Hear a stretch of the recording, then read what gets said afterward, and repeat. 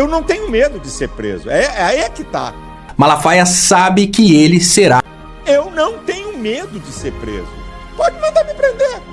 Já tem vídeo gravado se eu for preso. A certeza de que ele não vai me prender, eu não tenho.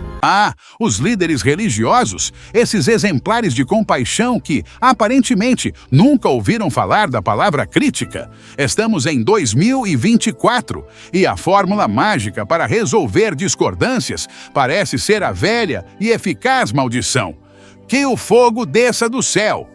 Ou talvez uma singela ameaça de prisão eterna. Não é curioso como certos pastores se incomodam mais com as críticas do que com a falta de amor ao próximo?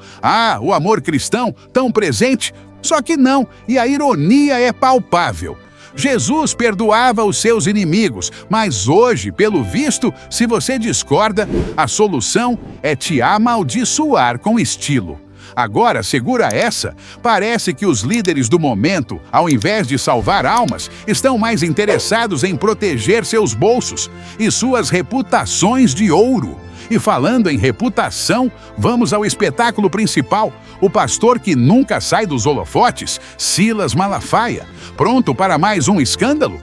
Pois é. A investigação por vandalismo em Brasília trouxe à tona uma nova fase dessa novela gospel política, onde santidade rima com prisão. Rápido, peguem a pipoca, porque o filme desse líder está queimando mais rápido que sermão longo no culto de domingo. A luta pelo poder emocional entre Malafaia e Pablo Marçal é digna de novela mexicana, só que com mais drama e menos sabedoria. E claro, com Bolsonaro e Valdemar Costa Neto no elenco, como sempre. Afinal, o que seria de uma trama explosiva sem uma conspiração política de fundo, não é mesmo? Meus amigos e irmãos, sejam bem-vindos ao canal Motivado com Deus. No vídeo de hoje, a prisão do Silas Malafaia. O pior aconteceu. Salles entregou todo o esquema. Escândalo e vergonha. Não esqueça de curtir e se inscrever no canal e compartilhar com seus amigos. Veja até o final que temos uma surpresa que pode mudar sua história. Agora vamos ao vídeo. Vamos ao cerne da questão. Será que reagir a uma crítica ou expressar uma opinião é suficiente para merecer o castigo de Deus? Ou estamos lidando com algo muito mais sério? A verdade é que pastores e líderes religiosos, aqueles que deveriam representar o amor e a compaixão, muitas vezes respondem com maldições e desejos de mal a quem ousa discordar deles. Isso levanta uma pergunta importante: onde está o verdadeiro propósito do chamado desses líderes? Ao que parece, muitos estão mais preocupados com o dinheiro, seu dízimo, do que com a salvação da alma. Isso nos traz a um ponto crucial: o verdadeiro pastor é Jesus Cristo. E o comportamento de alguns líderes de destaque, como Silas Malafaia, levanta dúvidas sobre suas intenções. Olha, tem muita gente aí quebrando a cabeça, tentando entender o motivo da treta entre Silas Malafaia e Pablo Marçal, né? E agora, finalmente, o grande mistério foi resolvido. E não foi por uma revelação divina. Foi depois das pérolas ditas por Ricardo Salles. Porque parece que agora virou moda pastor se meter com político e político se achar pastor. Que bagunça, né?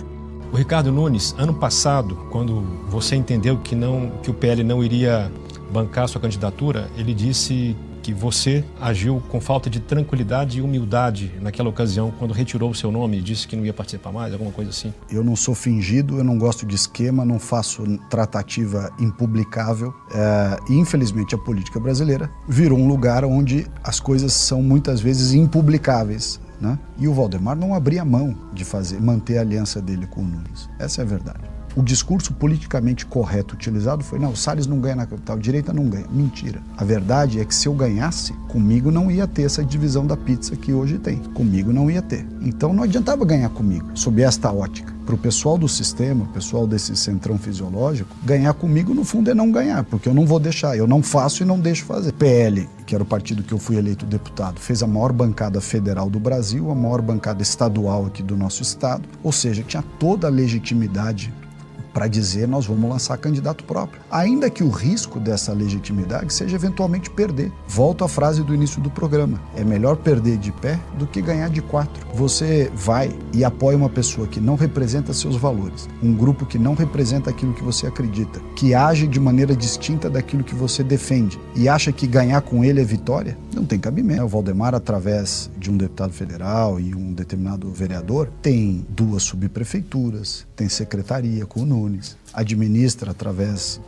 de uma turma lá praticamente a verba de marketing da prefeitura, que é da casa das centenas de milhões de reais, ou seja, tem uma aliança com o prefeito da cidade, tem interesses com o prefeito, né? Tem uma parceria com o prefeito, e é isso que ele queria prevalecer, é isso que interessava. Então, como você falou, o discurso politicamente correto utilizado foi, não, o Salles não ganha na capital, a direita não ganha. Mentira. A verdade é que se eu ganhasse, comigo não ia ter essa divisão da pizza que hoje tem, comigo não ia ter. Então não adiantava ganhar comigo, sob esta ótica. Para o pessoal do sistema, o pessoal desse centrão fisiológico, ganhar comigo no fundo é não ganhar, porque eu não vou deixar, eu não faço e não deixo fazer. Pablo Marçal fez essa leitura e disse que está nessa para honrar o seu nome. Isso é tática de campanha ou você vê sinceridade? Veja só, o Marçal, eu não conheço suficientemente o Marçal para dizer com certeza se ele é isso ou se ele é aquilo. Eu consigo falar sobre ele pelo aquilo que eu estou vendo na campanha e nas redes sociais, aquilo que ele tem dito. Já ouviu pessoalmente? Conversaram pessoalmente? Já encontrei com ele 2 vezes, conversei um pouco sobre a minha visão da cidade, o que eu acho sobre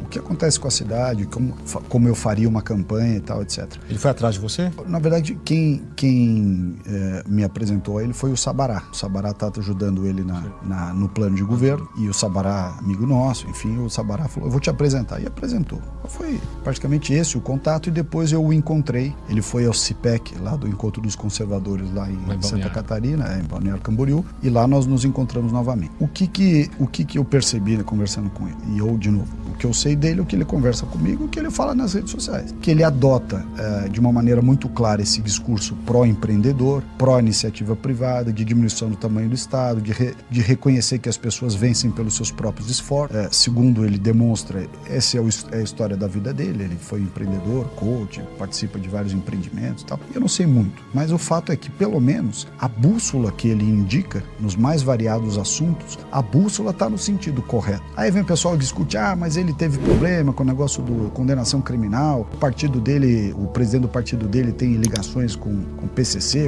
se tiver tem que provar, e se provar tem que punir. Mas até que não, enquanto não se prove ou não se comprove, o fato é que a bússola que ele indicou, com adesão de espírito, com histórico de posicionamento, por conveniência, não importa. A bússola que ele indicou é uma bússola que está no caminho correto. Então, assim, não tem como a gente dizer que ele não abraçou as pautas da direita ou as pautas liberais da economia. Esse raciocínio a posteriori, que é se ele abraçou de livre, espontânea vontade ou se isso é conveniência, ele está sendo oportunista ou não, só o tempo vai dizer, né? Enfim. Se ele mantiver essa ascensão nas pesquisas e de fato vencer essas eleições, como é que ele vai compor esse governo? Como é que você imagina esse governo? Um candidato completamente fora do PRTB, nanico. Compor governo não é fácil. Veja, por exemplo, o Ricardo Nunes. O Ricardo Nunes colocou um bom nome de vice. Um cara ótimo, que é o Ricardo Melo Araújo. Coronel Melo Araújo, que foi presidente da CEAGESP, fez um baita trabalho, um cara que a gente gosta muito, um cara muito legal. Mas aí você vem com a pergunta seguinte, mas e aí, resolve? Talvez, mas talvez não. Então, compor governo é uma dificuldade, principalmente numa cidade com tantas complicações como São Paulo. As pessoas brincam que São Paulo é cemitério de político, né? Todo mundo que passa por aqui como prefeito enterra a carreira política. De fato, a história tem mostrado isso, né? Quer dizer, a Marta acabou a carreira dela, o Haddad não se elege nem para síndico, a Erundina, coitada, tá lá, é deputado federal, também não tem expressão política nenhuma. João Dória saiu da política. O João Dória se elegeu governador no Bolsodória. Não foi ele que se elegeu. Ele viu que ia perder a eleição, colou no Bolsonaro, se elegeu de maneira oportunista em cima do Bolsonaro e 2 meses depois deu um pé na bunda do Bolsonaro e foi tentar ser candidato à presidência da República. Isso é verdade, né? Quer dizer, a história do Bolsodória foi talvez uma das ações mais oportunistas, né? E friamente calculadas que existiram na política recente. Então, de fato, a cidade de São Paulo é uma cidade complicada de ser administrada, uma cidade muito rica, ao mesmo tempo com grandes problemas de tudo quanto é tipo. Então, eu acho que o Marçal, para responder a tua pergunta, se ele ganhar a eleição, ele vai ter dificuldade de montar governo, vai ter dificuldade como qualquer outro prefeito teria. Muitas dessas dificuldades foram atenuadas em momento recente, porque o cara simplesmente loteou a administração. Falou, cada vereador pega uma subprefeitura, cada partido administra uma secretaria, faz o que quiser, e porteira fechada. E a cidade sofre com isso, porque ao invés de você ter a melhor política de transporte, você tem a política que o lobby do transporte quer que a cidade tenha. Ao invés de você ter a melhor política de habitação, você tem a política de habitação que o lobby quer que tenha. A política habitação nem tanto, porque o setor de habitação trabalha muito bem. Mas o transporte, o lixo, caçamba, iluminação, asfalto, creche, você pode escolher a área que você quiser. Você vê que a cidade de São Paulo há muitos anos, isso não começou na administração atual, a cidade de São Paulo há muitos anos, quem manda nas áreas são os grupos de interesse, ou em outras palavras, são as máfias que mandam nessas áreas. Ah, meu amigo, depois dessa entrevista do Ricardo Salles, até quem estava meio perdido na história conseguiu se situar. Agora ficou cristalino. Por que tem tanto pastor e político fazendo ciranda em torno do Pablo Marçal? E, sinceramente, parece roteiro de novela mexicana, mas sem o glamour. Essa revelação só jogou mais luz sobre a briga interna, que nem é só com o Pablo Marçal, não. Tem coisa muito mais profunda aí, e tá cheirando a política suja, misturada com ambição descontrolada. Silas Malafaia, o Bolsonaro e o Ricardo Nunes, tudo no mesmo balaio? É jogo de poder, gente. Só que esse jogo aqui passa longe da fé. O que a gente tá vendo é uma trama cheia de estratégias políticas perigosas e alianças no mínimo comprometedoras. E o Salles, claro, veio com aquele fósforo na mão, tacando mais lenha na fogueira. O fogo tá pegando e a saída para o Malafaia tá parecendo cada vez mais distante. Quanto mais investigam, mais essa corda arrebenta. A queda tá soando inevitável, uma verdadeira novela com um desfecho trágico para esses líderes que se metem onde não deviam. E para dar aquele toque final de drama, Malafaia, que antes era símbolo de influência, poder, e vivia desfilando sua moral pela TV, agora tá com o pé na lama. A real possibilidade de ver o pastor indo parar atrás das grades está aí, batendo na porta. Suas ligações com aqueles atos de vandalismo em Brasília jogaram seu nome direto no centro da bagunça. E o negócio tá ficando feio. A investigação tá avançando. E o pastor vai precisar mais do que fé para sair dessa encrenca. Quer dar uma olhada no vídeo? Depois, a gente vai ver a brilhante resposta do Malafaia, porque, claro, ele sempre tem uma desculpa na ponta da língua, mas a verdade é que a situação tá ficando cada vez mais apertada pro lado dele e, meu amigo, sair dessa vai ser um milagre maior que qualquer sermão já pregado. Malafaia recebeu informação privilegiada de informantes dele dentro da Polícia Federal que o Alexandre de Moraes ordenou as investigações do movimento do 8 de janeiro. Sim, a participação do Malafaia no 8 de janeiro. Do Malafaia, outros empresários e alguns veículos de imprensa. Esse é o motivo de todo esse ataque que surgiu contra o Alexandre de Moraes. E é uma coisa muito óbvia. Afinal de contas, o Glenn apareceu fazendo uma denúncia de algo que teria acontecido há quase 2 anos atrás. Por que ele traria isso exatamente agora? Da mesma forma, a Folha de São Paulo trouxe aí essa possibilidade de um vazamento, né, da coisa de 2 anos atrás, e todos os veículos que estavam alinhados com o 8 de janeiro, de uma hora para outra, começaram a repercutir um ataque contra o Alexandre de Moraes. E a explicação veio hoje de uma informação de dentro do escritório do Silas Malafaia. Malafaia sabe que ele será. A situação do Silas Malafaia está ficando mais dramática do que novela de fim de tarde. A cada discurso inflamado que ele faz, jogando farpas contra o sistema político e judiciário, parece que ele mesmo vai cavando um buraco mais fundo. Agora, a justiça está ali, de lupa na mão, examinando cada passo desse pastor, que, ao invés de apaziguar, tá mais para piromaníaco jogando gasolina no caos de Brasília, com a possibilidade de ser indiciado por ações que ajudaram a transformar a capital em um verdadeiro circo de desordem. A justiça está cercando, e a chance de ele escapar parece tão grande quanto a probabilidade de cair um meteoro no quintal de casa. A questão que todo mundo está se perguntando é: será que Malafaia vai conseguir mais uma vez se esquivar dessa tempestade? Ou dessa vez o buraco é mais embaixo? Porque, honestamente, parece que a casa está caindo. E a tão falada liberdade do pastor está por um fio. Se ele vai parar atrás das grades? Bom, o enredo está cada vez mais apontando para esse desfecho. Será que finalmente veremos o pastor que sempre pregou contra o sistema ser engolido por ele?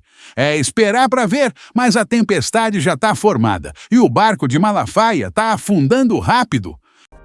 Agora o senhor está pedindo a prisão do Alexandre de Moraes. De onde vem essa certeza e de onde vem essa coragem, o pastor?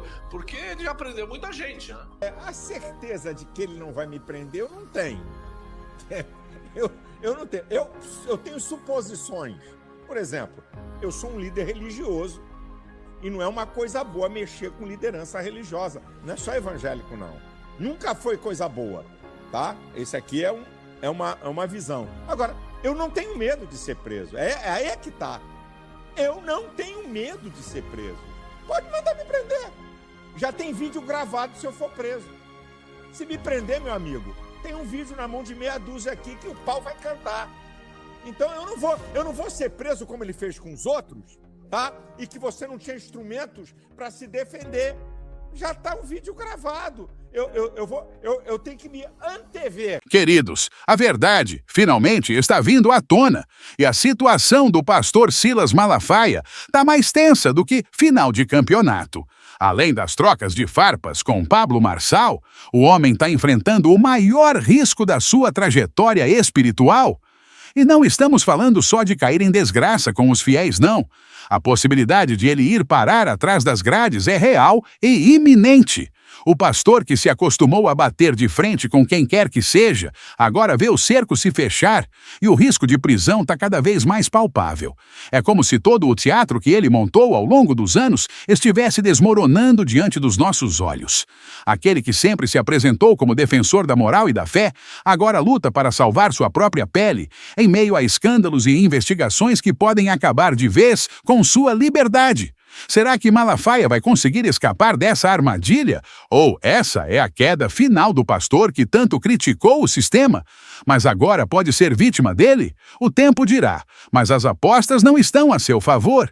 Eu quero fazer uma reflexão sobre essa briga pública do pastor Silas Malafaia com o Pablo Marçal.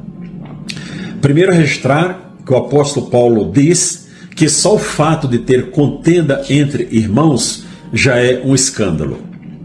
O pastor Silas Malafaia comandou um evento belíssimo no dia 7 de setembro, na Vida Paulista. Eu estive lá, dou todos os créditos a ele. Naquele evento, o presidente Bolsonaro colocou 2 objetivos prioritários. O primeiro, retirar Alexandre de Moraes do cargo.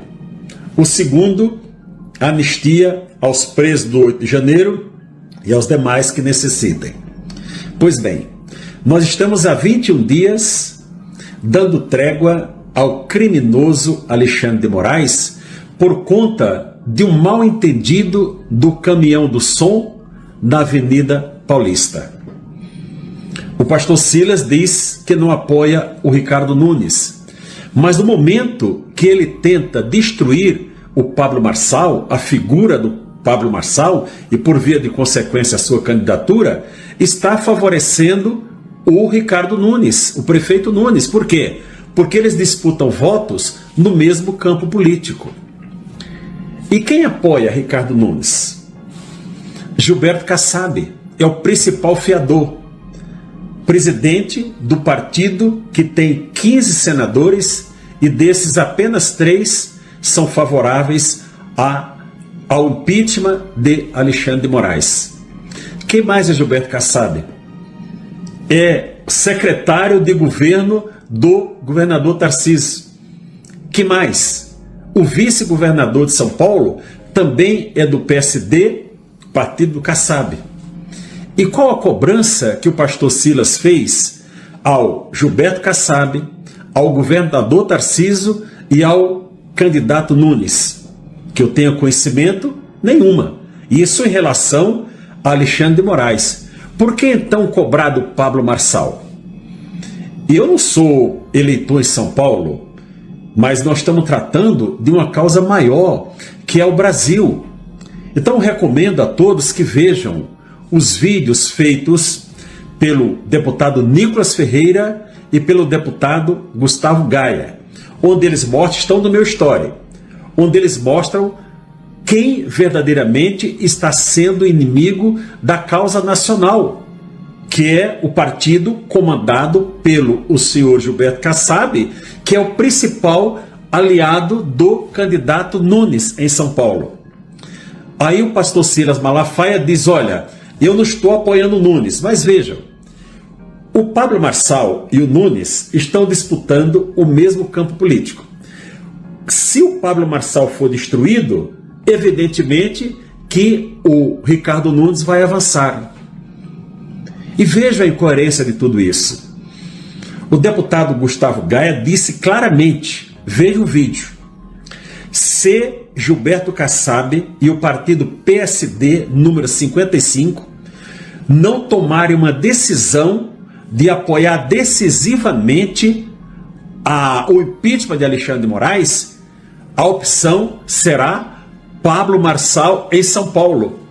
Então, como vai ter um apoio para o Pablo Marçal se um dos principais aliados do presidente Bolsonaro, que é Silas Malafaia, está tentando destruir o Pablo Marçal?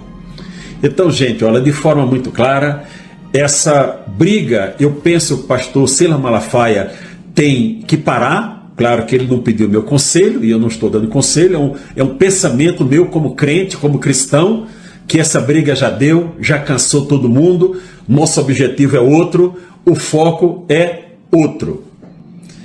Nessa contenda de Silas Malafaia e Pablo Marçal, eu quero me colocar inteiramente em defesa de Pablo Marçal. Não concordo absolutamente com o que o pastor Silas Malafaia está fazendo. E por outro lado, nem o líder evangélico é dono dos votos dos cristãos evangélicos. Eu sou um cristão evangélico e ninguém é dono do meu voto. E assim também será na cidade de São Paulo. A crise que engoliu Silas Malafaia tomou proporções épicas, dignas de um reality show daqueles bem bizarros. O que começou como uma briga entre egos inflamados com Pablo Marçal acabou virando um verdadeiro show de rancor e lavação de roupa suja em praça pública. O pastor, que já foi considerado uma rocha no meio evangélico, agora vê sua imagem desmoronar mais rápido que castelo de areia em dia de tempestade. Se a treta com Marçal já estava feia, a coisa desandou de vez quando Ricardo Salles jogou no ventilador os podres que ligam Malafaia a esquemas políticos bem suspeitos, lado a lado com Bolsonaro e Valdemar Costa Neto. E, para quem lembra, Valdemar não é nenhum santo, né? O cara tá envolvido até o pescoço no escândalo do Mensalão. Resultado? O pastor tá enfrentando uma crise em dose tripla, briga interna, revelações bombásticas e o braço da lei prestes a alcançá-lo. O que antes parecia uma liderança firme e inabalável, agora se desfaz como papel molhado. O desgaste público é inegável e o risco de acabar atrás das grades é cada vez mais real. O futuro de Malafaia está mais incerto que a previsão do tempo. E a grande pergunta é, será que ele vai conseguir se reerguer dessa lama ou estamos testemunhando o fim de uma era? Deixo a resposta com vocês. Comente aqui embaixo, quero saber a sua opinião. E claro, se você achou esse vídeo forte, compartilhe, porque esse rolo tá só começando. Chegamos ao final desse vídeo, mas antes quero compartilhar uma oportunidade incrível para você e eu estou aqui para te mostrar como. Se você tem interesse em conhecer essa oportunidade, acesse o link na descrição e no primeiro comentário do vídeo e tire suas dúvidas. Acredito que essa oportunidade pode ser a chave para a sua independência financeira. Você já se perguntou o que a Bíblia tem a dizer sobre dinheiro e riqueza? Você já desejou ter um guia prático e espiritual para a gestão financeira? Apresentamos Finanças segundo a Bíblia. Os ensinamentos de Jesus. Um e-book que combina sabedoria bíblica, ensinamentos de Jesus e conselhos práticos para ajudar você a transformar sua vida financeira.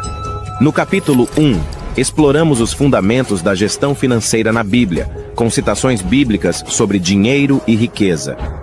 No capítulo 2, mergulhamos nos ensinamentos de Jesus sobre finanças, com histórias e parábolas que têm aplicações práticas na gestão financeira moderna. No capítulo 3, oferecemos dicas práticas e conselhos para a gestão financeira e discutimos como essas dicas se alinham com os ensinamentos bíblicos. No capítulo 4, apresentamos exemplos reais de pessoas que aplicaram esses princípios e como esses princípios transformaram suas vidas financeiras. Ao fechar este livro, você não está apenas terminando uma leitura, mas embarcando em uma jornada de transformação financeira. Então, vá em frente. Abra seu coração para a sabedoria bíblica. Aplique esses princípios à sua vida e veja como Deus pode transformar suas finanças e sua vida de maneiras que você nunca imaginou. Finanças. Segundo a Bíblia, os ensinamentos de Jesus. Disponível agora. Clique no link abaixo, adquira seu e-book e transforme sua vida financeira com os ensinamentos de Jesus.